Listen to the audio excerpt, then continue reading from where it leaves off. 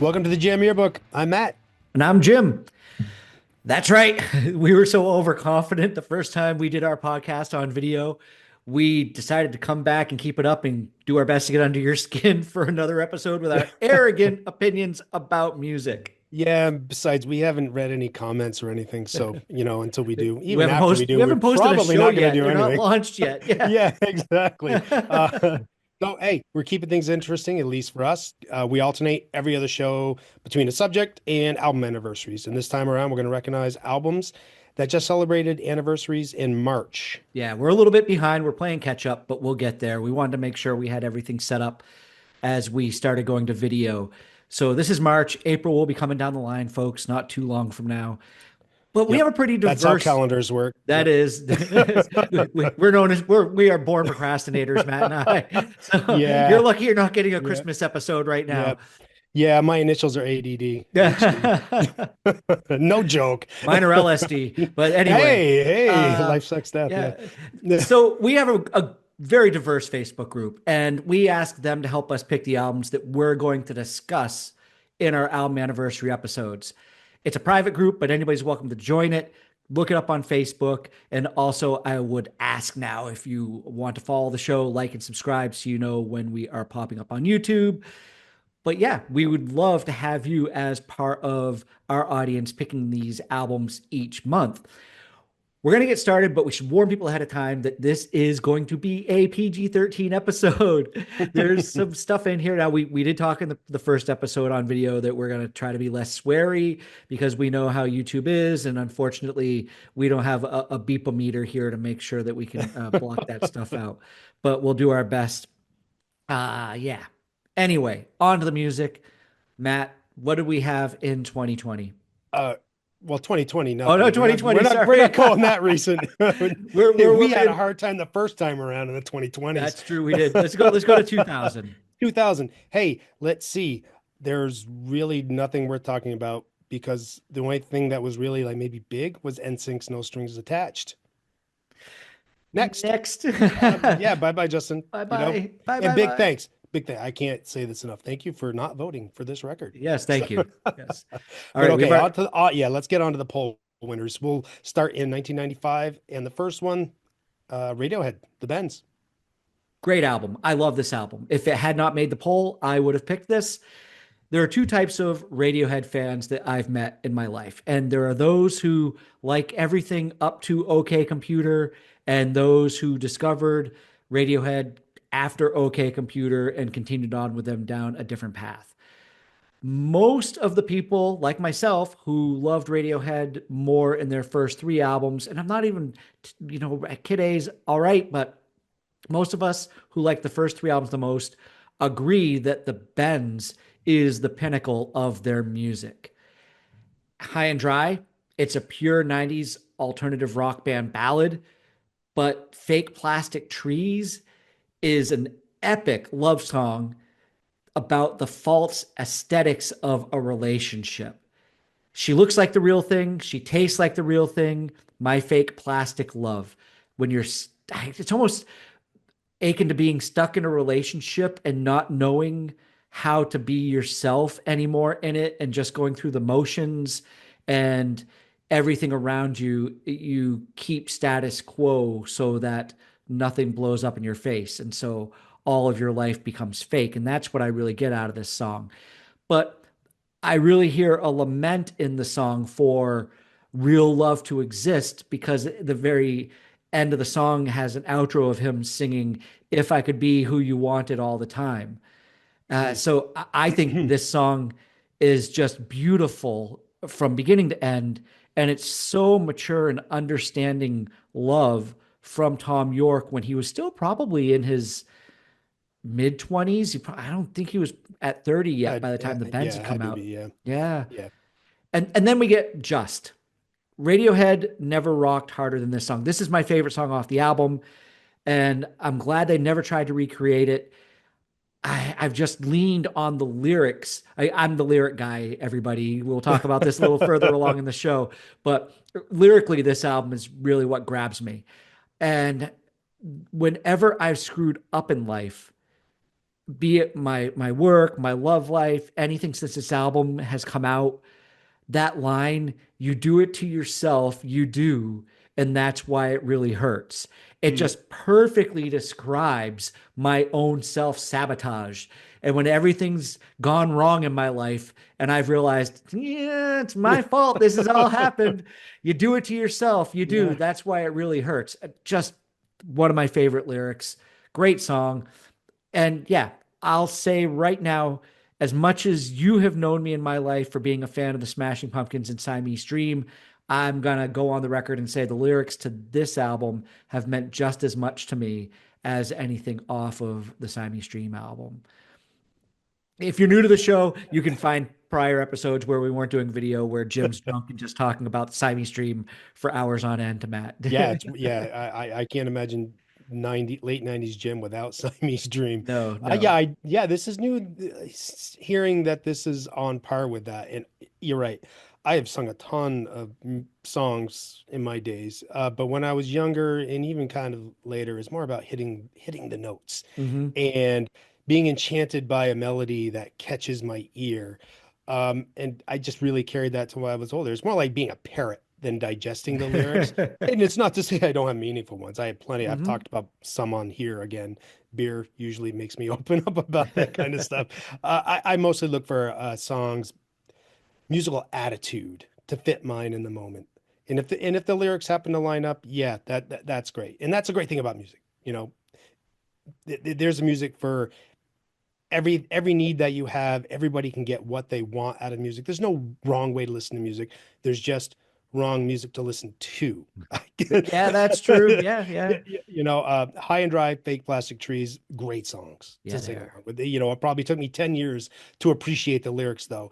And when I first did, I especially with Fake Plastic Trees, I was probably more on the surface level where I'm like, wait, is he just talking about, is he like a doctor and he's been doing plastic surgery? Yeah.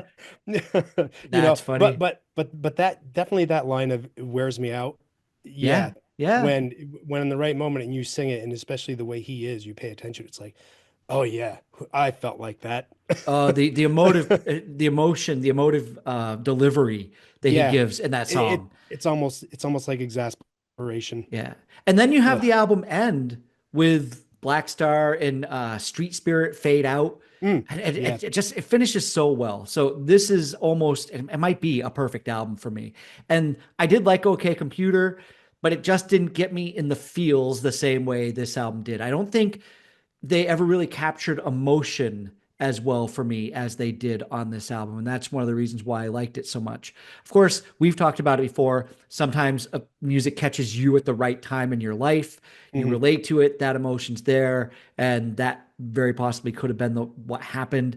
But the other thing that bothered me, and I talk about being a lyric guy, is down the road, Tom York starts doing this whole thing where he's just la, la, la, la, la, la, do, do, do, do, whatever he's doing. He's just scatting over Hey, music. I hate Axl Rose for scatting. I can hate Tom York for it too. Yeah, but Tom York came out and decided to announce that his voice was an instrument in the band, and Oh, that's why he's yeah. doing it. And I'm Yeah. like, yeah, I every love it other when singers do that. vocalist, their voice is an instrument in the Yeah. band. But you know what they do? They write lyrics, buddy. They write Yeah. lyrics, Yeah. and that's where the talent lies. That's great. You can come up with a melody. Go ahead, do that. But put Yeah. words to it. Ooh, the hard part. It's like That can be tricky, man. it literally, the guy hums into the little tape recorder, as he's walking down the road, goes to his band, and he's like, I got a new song. And he just, here it is. Screw it. Good enough. Yeah, Let's all right.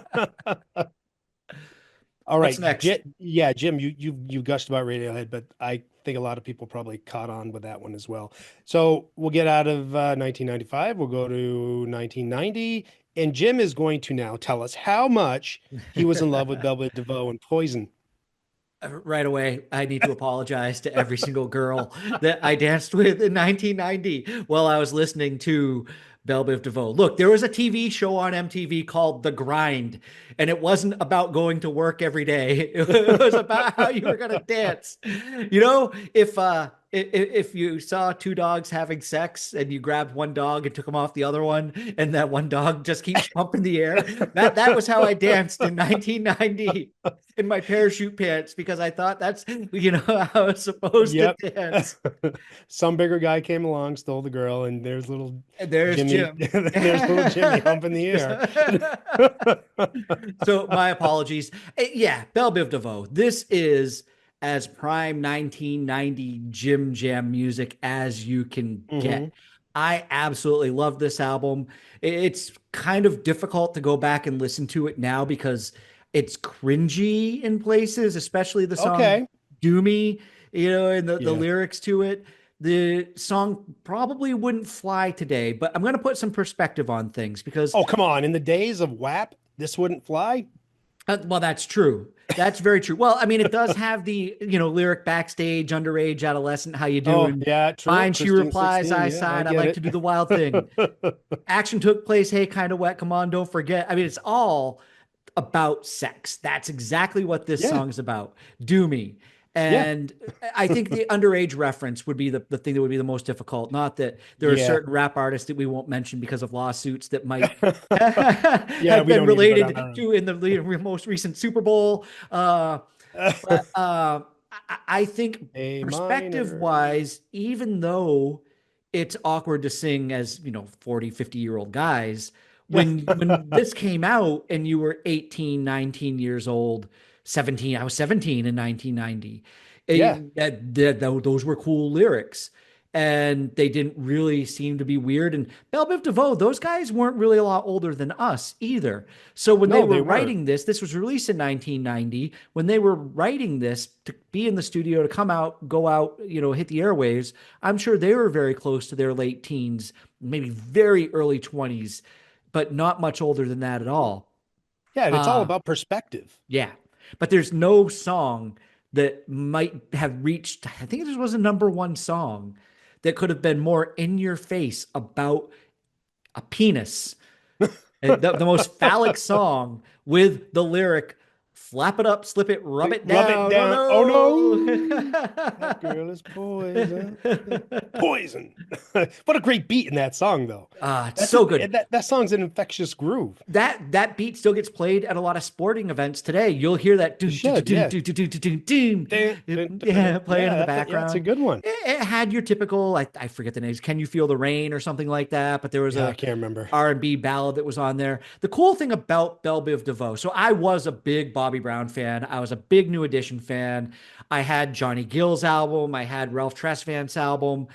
And when Belle Biv DeVoe came along, they had been kind of written off as the background singers of New Edition. They were there to Hmm. dance and sing the harmonies for Bobby Brown and Ralph Tresvant.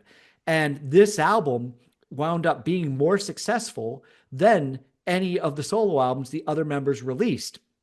And that's hard to come by when you think Bobby Brown has sold a fair few albums as well. Hmm.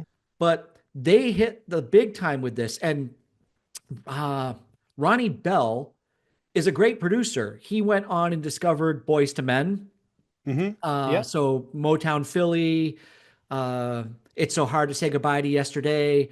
Those songs were all I'm like singing introduced. in my head right now. Every song it, you mention. it was fun music. And I really liked it the day that you listened to this album.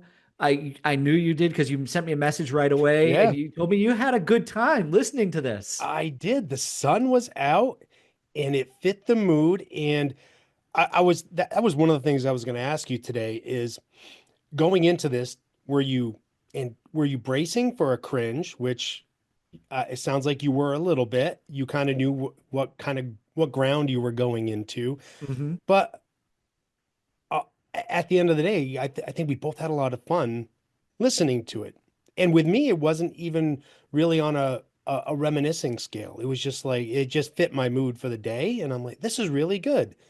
And we're not going to cover it. I don't think, 'cause I don't think Salt and Pepper won, right? But It didn't. I Yeah. rolled right into that, and it kind of just kept that whole mood of me going. And at Hmm. first I'm like, why was this even on the poll? And then Let's Talk About Sex came on. I'm like, oh, Like that's that's why that why. album's on this poll. And that's why Jim was dancing like that in 1990. Everybody, and yeah, to answer your question, I really enjoyed listening to it. I didn't really go into it with much reservation. I've thought about the issues with Doomy. I like to put spinster aspects on everything, and Hmm. keeping in mind these guys were 13 or 14 years old when they were coming Yes. up in the music I business. think that's really That important whole to put that frame backstage of reference underage in. adolescent, how you doing, could also lean on them and their experiences of being backstage when they were Hmm. younger. So I'm sure that's not.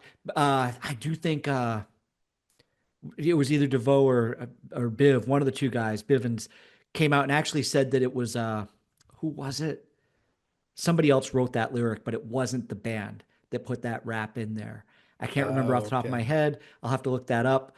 But so I think they try to pass the buck on it a little bit. I probably would have too. Yeah, I would too. I would. But to be honest with you, Jim Jams have never left this being that I am. I just had to Yeah. grow up and get a little older because as I started going to my friends' weddings, I couldn't go up to every girl and keep doing Yeah. the old doggy hump. Yeah, but you know what? So the same way that hair metal kind of gets me in my feels, this puts you in that spot, It right? does. It reminds me of being young, and Yeah. it puts me in a happy place, and I Yep. like And that. that's all it is. And through it all, between Belle Biv DeVoe and Salt and Pepper, I immediately wanted to watch the Arsenio Hall show. Woo, woo, woo, It woo, just woo, put me woo, right back in that mode, woo. right? It was fun. Yeah. It was really fun Yep. music. Yep. That was great. All right. All right, the next one we're going to go on to is probably another Jim favorite, Mhm. Depeche Mode Violator. I think we're really in Jim's like sweet spot this 1990's month. gonna be a little better for me than it is for Yeah. you, I think. I owned this cassette back in the day, and I loved it back in the early 90s. So when we knew this had made the poll and we were going to talk about it on the show, I did get really excited to put it on. And I don't know why. For some reason, and not to disrespect it at all, it didn't age as well for me as I had expected it to. And it's a case of me listening to it. I didn't mind. I understood why I liked it at the time, but everything I get nostalgic about, it didn't make me think, "Ooh, I need to run out and buy the vinyl of this and have it in my collection." I do have to wonder if it's an overkill of the hits because they did get heavily played back in the day, as much as Do Me. But I actually think some of these Depeche Mode songs have transcended time a little bit and continued to pop up here and Yeah, there they as have. years have gone on. And sometimes I think when they wind up in commercials or in movies or things like that, you just kind of wear them out. Do think that some of the songs on it are still fantastic. Policy of Truth, Personal Jesus. Anybody who wants to tell me that the Marilyn Manson cover is best can just shut the show off right now. Yeah, go away. It's just a hipster thing to say that from people who also thought Yeah. they love the same people who loved Marilyn Manson thought he was grunge and didn't understand it. He wasn't. He literally was Paul from the Wonder Years making a band. He was a dude, which isn't true, but No, one of no. the first one of the first rumors of our childhood growing up. But yeah, if anybody's going to remake the song Personal Jesus, I'll let Johnny Cash do it because Johnny Cash can probably remake almost any song and make it great.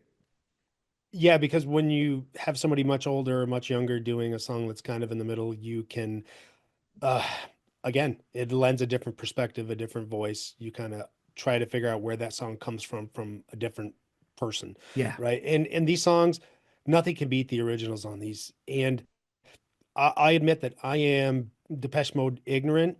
I was I was really eager to get into them after New Wave because they fit in there. I see how they fit, especially early on. But my chronological order with them is really off. It feels like I'm always three to 5 years behind. Like I hear a song and it's like already old, Mm. right? And when the first time I heard Personal Jesus, I thought it was the same thing. It's like, oh, Hmm. I just missed this song.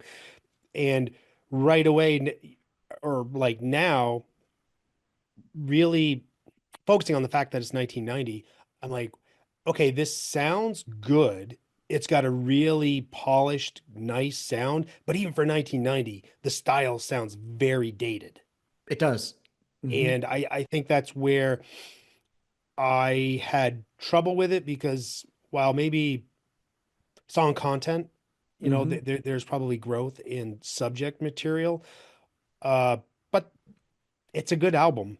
I can't deny it. I don't think I'll revisit it again anytime soon, but those Yeah. hits, I'll never skip them when they come on the radio. I think the other thing that hurt me with this album is, sometimes when you like a band early and then they break and they get big Oh, and yeah, we've everybody talked loves the about that. hits. Yeah.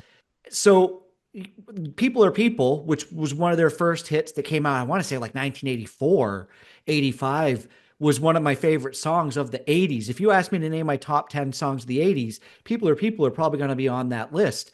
And Somebody was actually the dance song at my wedding. Depeche Mode was their song was Hmm. the dance at my wedding. So they are a band that I've had a rich history with in my life. But yeah, Yeah. this and there's somebody out there, there are people who voted for this who probably can't believe we're saying this about it because they are iconic songs. Oh, very, very much. And it was just really hard to put myself back in 1990 and think, this is a 1990 album? It's like Mhm. this would be what I would imagine like something like Human League would have done. And but I'm not trying to like come down and be really heavy on the album because I think they're important. But by the time I found them, they're dark, so I kind of put them in with the goth and the post-punk, They fit in that. Yep. like a dark Pet Shop Boys, Hmm. the Batman to their Superman. Yep. Um, Nice analogy. yeah, and I don't think you can overstate the importance of Depeche Mode when it comes to how bands like Nine Inch Nails would be without Depeche Mode. Very true. They would be very different. Your Gary Newman, all those kind of like synthy, darker, post-punk, new wave bands. They'd be much different. Hmm. Nine Inch Nails would be at least. All right. That sounds good. Enough of Depeche Mode. What do we got for 1995? The 1990. I am bad with dates That's tonight. okay. We're gonna Yeah. get you a peel and stick calendar or something. Thank you. I'm gonna put it on We're, my we're gonna, forehead so I can gonna see it on the yeah, we're camera. gonna do it on your vision Yes. board. What we get in 1985? Sadly, nothing, man. Yeah. When we get to these middle 80s years, I'm like salivating. I'm like, all right, let's get some good hair metal going here. Hey, if Keel does something for you, hey, yeah, that's crickets. Yeah, That's you just who's that's Keel? what I I don't hear. even know who Keel Ronnie is. Keel, come on, man. And at Ronnie one Keel. point, Okay, Ronnie. I know, I know. Yeah. So, back in the day, I Oh, liked them, but Ronnie Keel. Ronnie Keel. Yeah. And especially when we went back to our hair metal episode, I went back into them because I remember the band I was into, we played a couple of their songs. And again, checking them back out for our hair metal episode. And I decided to have a long talk with myself about decisions I've made. And then, and then there's Metal Heart Accept album, Except. which is eh, Hmm. it's okay. And I wonder if the Bon Jovi album 7,800 Degrees Fahrenheit would have had any votes just because it's Bon Jovi. And that's why I didn't put it in the poll. Yeah. People And would have looked it's at it and thought, "Oh, Bon Jovi," and we would have been yeah, talking about a exactly. very bad And there Bon are Jovi. some It's and there are okay. yeah, there are some minor hits. It's okay. Mhm. It's a really long album that it wouldn't have been fun to get through. No. Right now, that's just not where my mind, Yeah, right? you don't need to hear us talk that badly Yeah, about Bon Jovi tonight, everybody. exactly. There's enough fans out there. But so enough with 85. We can go on to 1980.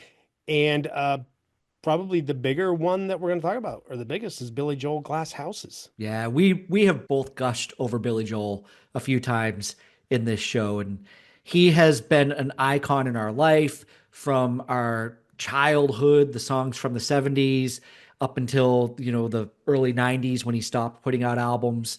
But we definitely picked him up in this era, probably the both of us, 1980 onward. We definitely heard his older songs, and everybody, I mean, come on, who doesn't know Piano Man? And, Yeah, come on. Yeah. that's just it's like it's kind of one of those things where it's inbred in you in America growing up. Like, Inbred. Holy I know, cow. Where are what's you the going word? with this, What's Jim? the hey, that's what the Piano Man told me was happening. Yeah. Anyway, Wait, no, he's from New York. He's not from down okay, south. So that's right. Billy Joel Glasshouses. it is an album that's completely front loaded with hits. You may be right, sometimes a fantasy, but I'm going to say that there are probably a lot of copies of this album, especially on vinyl, where side two is crystal clear. It's not worn down at all because there's not a lot on that second side when I went to turn it over and look what was there that I really remembered and wanted to go back and listen to. The side two songs, we were talking in the New Wave show, I brought up just in a brief sentence, but how some artists from the 70s had tried to go new wave. And I do think there are some songs on side two that kind of try to transition into that, kind of in the way that the Cars sounded, or maybe the Knack, or something like that. But there were other songs that just sounded like really bad TV theme songs. Yeah. And I hate you, Jim, so much for you definitely took this album down a notch or two from me because I took to heart what you I got it said. right And I, here. It's still awesome. yeah, yeah, it is. And I listened to it and I'm like, shoot, shoot, Jim's right. And I had never really thought much about the new wave thing, but I can hear a little Elvis Costello inside too. Those first two Mhm. songs, I Don't Want to Be Alone and Sleeping with the Television On. If especially sleeping, if that had a little bit more edge, that I could definitely hear some Elvis Costello, maybe some Joe Jackson. So I'll agree with you. I mean, those two lead off on side two are great. I dig those songs, but after it does kind of just go, you know, through the long night. Yeah. It's good for somebody pretending to be the Beatles. Yep. Yep. It is a very Beatles-like song. But yeah, I really wanted to argue with you about that. Well, speaking of But the Beatles, I'm going to back up to the second track on the first side and go back to the song Sometimes a Fantasy oh, because I couldn't believe I've known the words to this song ever since I was probably 11 or 12 years old. And it was just this week when I put the album on to listen to it to prep for the show that I realized this song is about phone sex. This song, he does it in the mic. did you never Call in watch the the middle video? of the night. Well, yeah. Then I went and watched the video, and it definitely is. And then I went to the Wikipedia page. The Wikipedia page is like, this song is about him attempting to have phone sex with a girl.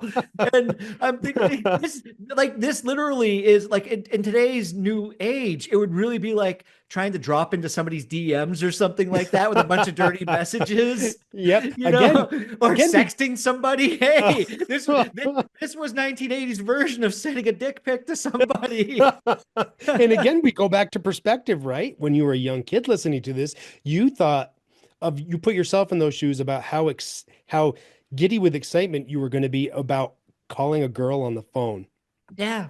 And, And, and, and and right, yet, and that's what it was about for and then you it back winds up then. being all about the fantasy in his head. And in the music video, in the end, the other line is he's talking to nobody.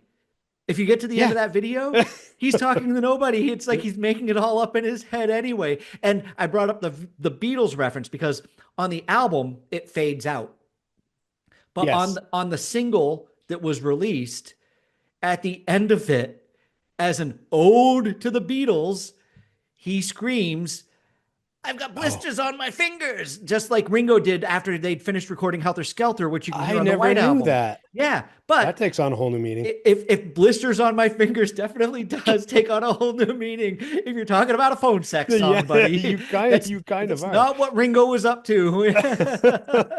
Not after like take Yeah, 50. You were yes, definitely yes. not up to That's not a that. drumstick in your hand, buddy. Okay. Well, maybe that's what he called it. Okay. Yeah. Okay. Big on chicken legs or something. I don't know. All right. We're gonna start spiraling and running out of good clean humor here. I told you Let's go. PG-13 at the start. Yeah, that's right. That's right. But that's it for the 80s, I guess. Yeah, yeah, Glass Houses was the huge album, and that's about all we had to talk about. So 1975, going back another 5 years, we got another Jim favorite here. David Yeah, Bowie's Young yeah. American. This Young is my Americans, Young I should say. Americans. Yeah, this definitely is my show when it comes to Mm, artists and those that I've revered in my life. David Bowie, one of my idols when I was 18 years old and got my first guitar. One of the very first songbooks I went and bought was a David Bowie songbook. And Young Americans, the song Young American was definitely probably one of the first five songs I ever tried to learn how to play on guitar. The lyrics to it always stuck with me. Once again, back to lyrics. It struck me as very poignant. This is a post Vietnam song, or set in post Vietnam, that Bowie had written as a portrait of American life. And the lyric that always stood out to me, especially when you're 18, 19 years old and you're about to hit it, you live for just these 20 years and then you die for 50 more. And so you grow up, you become an adult, and then you spend the rest of your time just fading away. And I think it was it really reflects the optimism, sorry, the optimism of youth when it comes crashing down in your 20s. Yeah, because after you really get out of high school, you realize that people stop treating you like you're something special. Yeah, yeah, It's up to you to actually put in the work to prove that you're that you're special. special. Yeah. And it's not a rumor. It's a known fact that Bowie was doing a lot of cocaine when he was recording this album. No. Yeah, who knew? Who'd have Everybody thought? knew, Who'd have actually. thunk it? But he had a studio buddy. For a brief time, John Lennon had split up with Yoko Ono, and he was hanging around with Bowie in the studio while this album was being made and sitting in on recording sessions. There's a cover of Across the Universe on the album that John Lennon actually assisted Bowie with arranging for the album, which is really kind of cool. I'm sure Bowie loved it. But John Lennon actually also has a credit on the track Fame. And he, John Lennon tried to kind of downplay the credit he had on it.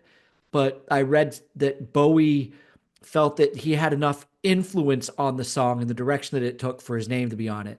And I'm Mhm. sure, I mean, I would have done the same thing. If I could have put Bowen Lennon on a song that I'd Oh, written, no yeah, kidding. I definitely would have done that, you know? No kidding. Oh my God. Right up. This one got the same similar treatment as Violator for me.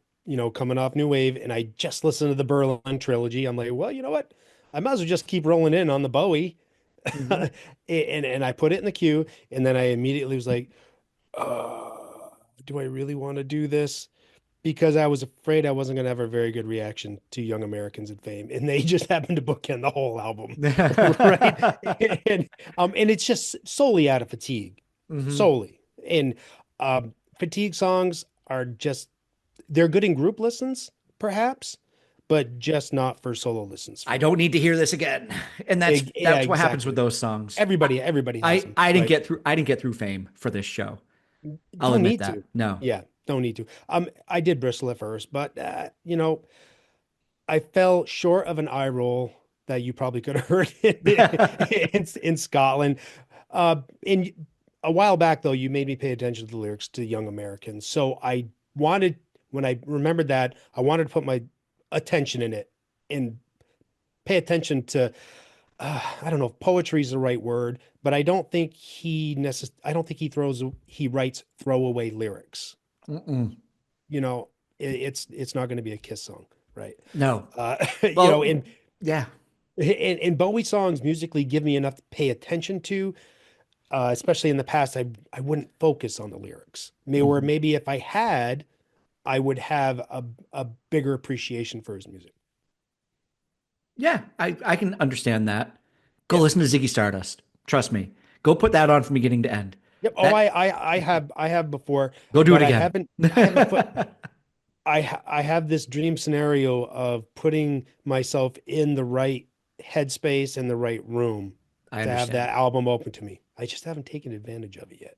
Whenever I get that thing, I'm like, I really want to listen to Animals. Yeah, yeah, yeah. Right? Yeah, but I know. But anyways, so that's the five albums from the poll. Yeah. There was five. There was no tie. We didn't need to There was no drag in tie. No, sixes. We that had was enough to it. talk about with all Yep, that. yep. So we're gonna roll into our picks. I'm gonna go first this time. And I think one person voted for it, and it wasn't me. It It wasn't wasn't you. me. I was surprised. Yeah, I know. congratulations, Matt. So I'll make the rest of you suffer. No, not at all. Hopefully make you understand better. Kiss, Dress to Kill. I really wasn't going to pick this album because I think I've talked enough about Kiss, but then again, it was just so easy to talk about it. So that's where I decided to roll. And being in the poll, just so everybody knows, Matt told me I don't really want to pick Dress to Kill. Yeah. It's just too obvious because everybody knows how much I love Kiss, but I'm glad you did because It's taken 52 and a half years for me, Matt. I had my Kiss awakening this past week. Yay. It might have helped. There's a new podcast out with Billy Corgan, and I watched him interview Gene Simmons maybe 3 or 4 days Oh, before I put okay. this album on. And they talked about some of the songs from the album. And it really impressed me enough to open my eyes to give it a better listen and give it broader ears. And I didn't put it on expecting to enjoy it because, like I've said, it's never really happened for me with Kiss. I don't mind the hits. I mean, I own Detroit Rock City on vinyl. How can you not love that song? Oh, But as yeah. far as digging into other albums that you're not hearing, in movies or in media somewhere, sometimes it's not as easy. I loved it. They build a lot of their songs on these riffs and grooves that kind of they blend old fashioned rock and roll with these southern rock grooves, and somehow there's like progressive drum fills and bits and moments in between all of it. Oh, yeah. And I don't know, it just there's something about the breakdowns and everything. There's so much that goes on in these songs in under 4 minutes. It's pretty incredible. Yeah. I mean, 10 songs in 30 minutes. That's the way to go, man. Pull the ripcord, make your point, get out of Dodge, And the man. song She, what a cool song. Oh, killer. I love Killer it. riff. Yeah. Killer. Yeah. If you get a chance, check out the Anthrax cover of that. Okay. They do a great thing. I think it's on the Kiss My Ass compilation Anthrax that do came great out from covers of them. everything they cover. Yeah, I'll they do. definitely go look at that. Anthrax is awesome. Uh-huh. Great attitude, especially in that breakdown in the solo section of there. Hmm. So Kiss has changed a lot over their career. My advice to anybody trying to listen to Kiss, first, certain scenarios accepted, like the interview you had with Gene Simmons, Billy Corgan. Try not to pay attention to Gene Simmons when what comes out of his mouth, especially that latest scam he has where he wants somebody to pay him like $12,000 to be his roadie or something. You got to separate the You skis can pay me from for the experience of being my roadie. yeah, exactly. But you got to break them down into eras. 74 to 77, the first six studio albums, bam, bam, bam. The separated the first three by a live album, the second three by a live two. It's a live album. Then it's greatest hits, the solo albums, and blah blah blah. And they roll into the '80s mess. And I really kind of break those six into three because they are different. And the debut Kiss, Hotter Than Hell, Dressed to Kill. And if you listen to those in succession, you can hear on Dressed to Kill, wow, they finally cleaned up their act with as far as getting a really good recording. And what's great, listen to them in headphones, right? Mhm. And you can hear the distinctly different guitar, not just parts, but tones that's going on. And Peter Criss, yeah, I don't think he's ever gonna like stun anybody with his drumming. It's kind of like pretty drumming. It's not hard hitting, but he does some interesting things where probably a standard rock drummer may not have done those things. Mhm. Uh, so and then in the 80s, you they really don't have much in common with these early 70s albums. You're not going to listen to Heaven's on Fire or Tears Are Falling and and get something like She out of them, even No, on no. Revenge or anything. Uh, Dress to Kill, I liked it. It's not probably like on my top seven or eight Kiss albums just because of a certain song that I never really need to hear again, Rock and Roll All Night. I just don't need to hear that. But it's at the end of the album, so you can skip it, and it makes the album even shorter. You just roll right back I around, still like it. I'm and it, sorry.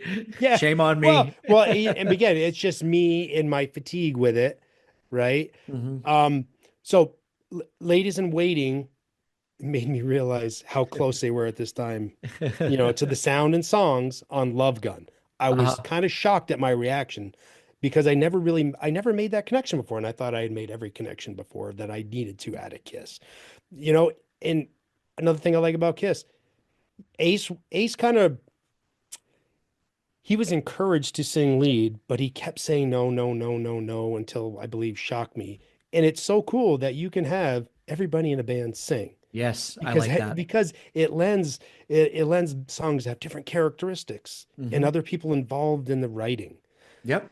But Dress to Kill, it's a really good album. I don't know if I could say uh enough about it. Room Service, man, what is the one song that I absolutely love? Her All I Can. That's probably my favorite song off this album. That's a really cool fuck that. Why I Whoa, almost you swore. almost said Whoa, it. whoa. That's how you can That's tell a I was really getting cool carried and away. funny song Yeah, almost. Yeah, hey, yeah. I like that. That's the word we can use. That's a really cool and fun song. Fun. That's a fun song. We That's supposed a to fun say fun song. that's a feckin' cool song. Dang it, you taught me that last week, and I now did. had a perfect time to use feckin'. That's a You really could have feckin' said cool feckin'. song, Yeah, man. you could have. Yeah. God, All right, is it on to mine? it is on to yours. All right. Mine, I could not pass by this album. It is Social Distortion's album, 1990, self-titled Social Distortion. It's not their debut album. They did have other albums that came out a few before this one, but they self-titled this just Social Distortion. I don't think there's a more perfect album that blends punk, rockabilly, country, and straight up rock and roll better than this. It has a lot of punk sensibility, if there is such thing as punk sensibility, There but is. with guitar solos and country guitar pick and runs through it. There's energy from the very beginning of the album all the way through to the end. It's just relentless from the moment So Far Away begins right to the end of the album. And we were talking about Johnny Cash covering, uh, you know, uh, Depeche Mode earlier. On Yeah, this album, bravely, Social Distortion does a version of Ring of Fire, and it's good. It's it a is really really good. great version of Ring of Fire. I still would probably say Johnny Cash would always, the original's always best, we say, Yeah, but it definitely worthy of listening to. And Story of My Life, when that came out in 1990, I didn't hear this album really until probably early, no, later 1991 was when it was introduced in my life. So I was probably about 19 years old, had gotten out of high school. I spent a year just working, went to college a year after, took a year off in between high school and going to college. And had experienced a little bit of that life stuff going on and watching all your friends all living their life and doing things and you're not. And Story of My Life would just had that feeling to it. It's one of those songs that I was listening to at that moment and was like, that's my life too. Yeah, that's the story of my life. It's just it's fun. I had a college roommate that had, so this is how I heard the album. He used to love it, play it. He wore a Social Distortion t-shirt. And he discovered that every time he was wearing the Social Distortion t-shirt, if he was out and about in the dorms, visiting other people or hanging out in other rooms, somebody either got him stoned or drunk. And so he started wearing that t-shirt every single day and not changing it. And oof. yeah, I mean, it worked for him very well for a semester, but apparently the university wasn't happy with him not showing up to classes after the first semester, and that was the end of his Yep, story of short-lived, my life, yeah, man. story of my life, college career there with me. Yeah, great I, album. I was having a day at work with this album. You have those days where things go wrong, and that song comes on, "Story of My This Life," and I'm this is like, an album to listen to when things are going wrong. that's the story of my fucking life, man. Every single time something goes La la wrong. la la Yeah, I la. was happy you chose this one because this was the least album, the album with the least chance I thought you were going to pick. Hey, guess what? It's another album for 1990. Big year Hmm. for Jim Yeah, because I think it's an underestimated year for music and it's the because opposite of we're my in gym that. jams, which is really It kind of is. funny It too. is. But after, that period of hair metal coming down and grunge coming in, we've discussed how there is this everything kind of having an equal opportunity to Hmm. be heard, Yep. right? So yeah, no, that was a great pick. But we're not done. No, we picked a mutual album, didn't we? We did Yeah, we because we're couldn't being let this one selfish. It's go. Yeah, we our are show. selfish. It's our show. Our show. We make the rules, we break the rules, right? Because uh not enough people voted for presidents of the United States of America. Oh, This is a great yes. this is a great album, And I was afraid of putting this album because I was like, oh, this isn't going to hold up for me. It's not going to hold up. And I was so happy to be wrong. This album from beginning to end just had me singing along, had me in a great mood, air Mhm. drumming, everything, whole 9 yards. If there was a genre called fun rock, this Oh, this would be the top of that genre. Uh, They were the antidote to all of that angry, angsty grunge music that we'd been listening to through the start of the 90s, but yep. they were still cool. Peaches, Dune Buggy, Naked and Famous. These songs, Naked and Famous. There's a Boll Weevil. Yeah. Like these are songs I hadn't thought about in years, and then I put it on, and I was like, wait a minute. I used to sit in my apartment with my friends, and we would listen to this album from beginning to end. We absolutely loved it. And these guys, really cool thing, they didn't play normal instruments. They the bass player only had two strings and the guitar player had three strings on his guitar. And I don't know quite what the tuning is. I can't explain it, but they basically all they needed to do was make a bar chord, so hold down all the strings across a fret, and it would make a chord, and they could go up and down and play their guitar that way. And yeah, they simplified playing through unique innovation and created a really dynamic sound by doing it.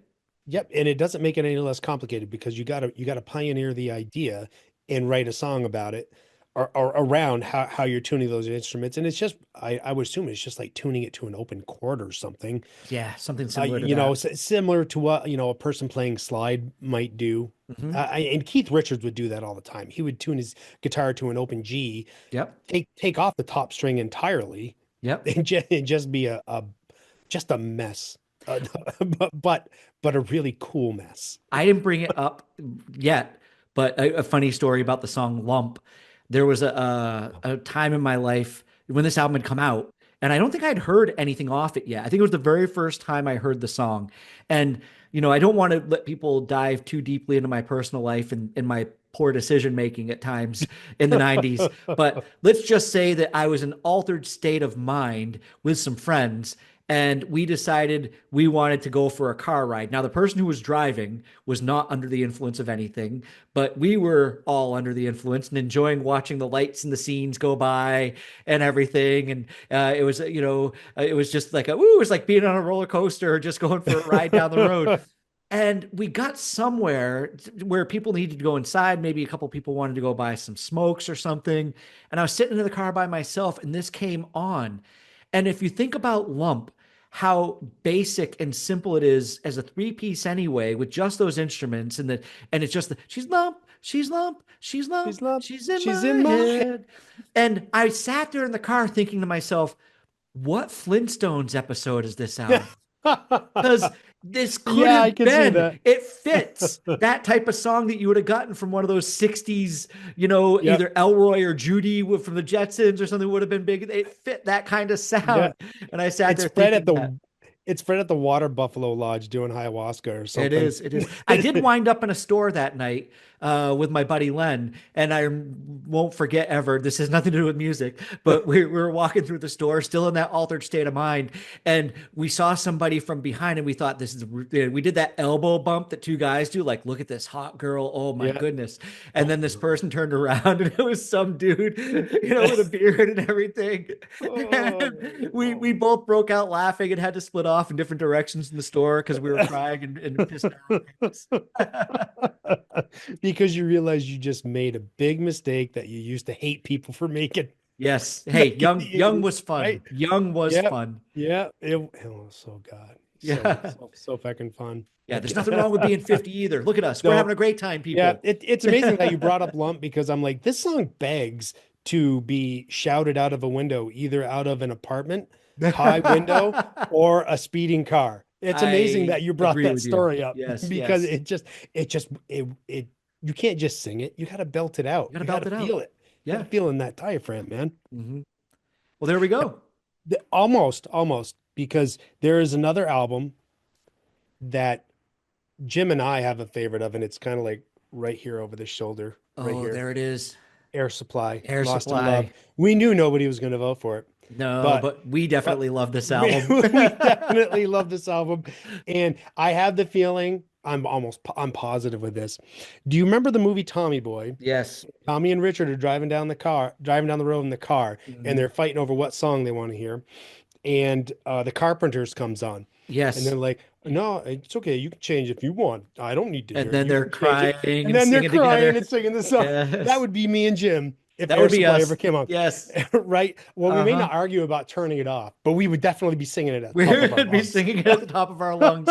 And, seeing this in the poll and being a completist, and I think we both probably listened to the album this past Hell week. yeah, it's a good Yeah, album it actually. is a good album.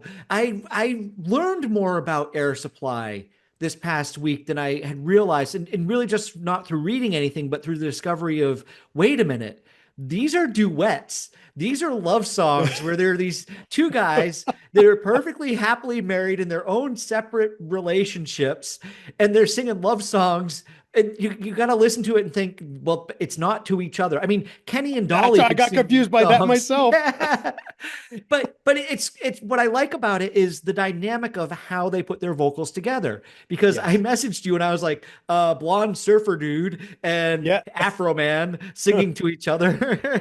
you know, Tall guy and Afro yeah, man. Yeah. tall surfer dude. He does the most of the lead vocals on the verses. He has that kind of everyman's voice, but it's still nice. And then Afro dude comes in and he's got that, he can take that crescendo, he can take that, He can belt out those yeah, notes. he's got that epic moment in the song that you Yep. need for the cheese to really come out through. It's got a curdle somehow, Jim. It does. But come But on. ju- but just for the record, it's Graham Russell and Okay. Russell Hitchcock.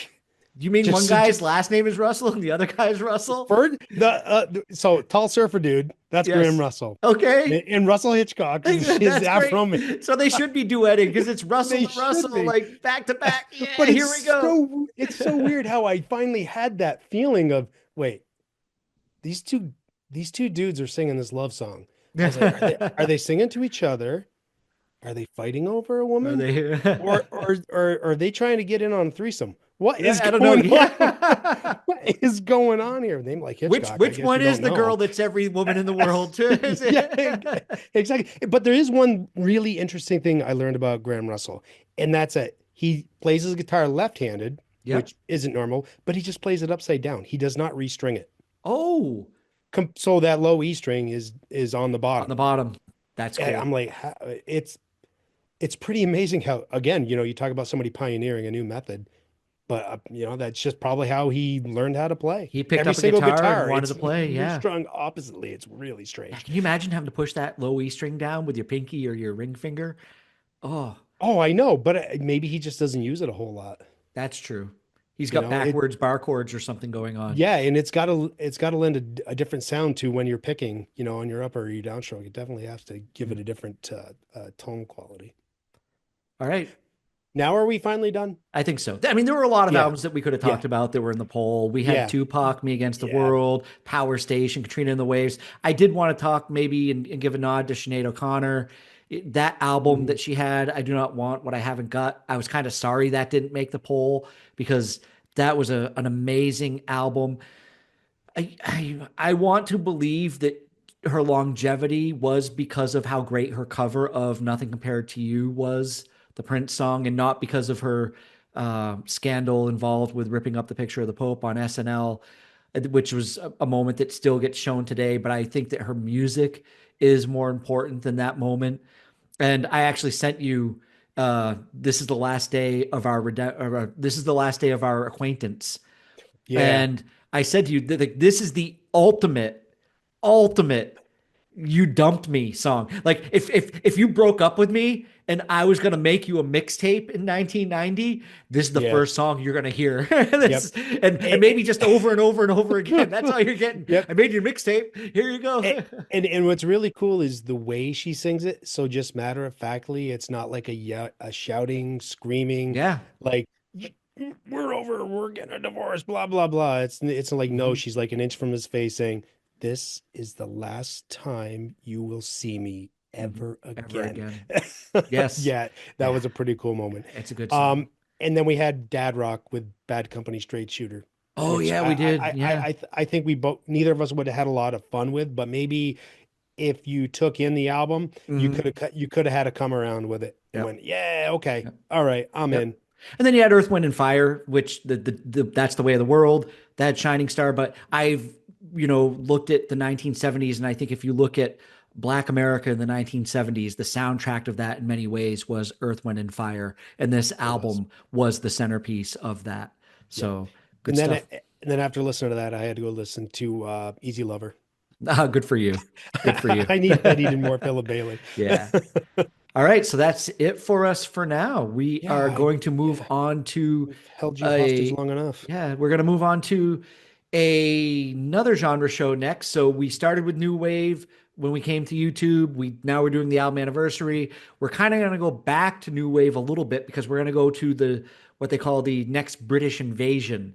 And that is going to pick up kind of where we left off on our new wave show and what happened in the 1980s once Duran Duran really kind of wrapped Mm, everything around its finger and took over the world and the bands that followed it. all right. Yeah, so we're very happy to have had you join us once again here for another episode of the Yeah, Jam yeah, Yearbook. we can't thank you for tuning in. And remember, as Jim said at the beginning of the episode, hit like, subscribe, recommend to your friends, whatever, because we want to grow this thing. And that's the best way to do it. Is get more people listening. It is. We'll see you next time. Peace, love, and podcast.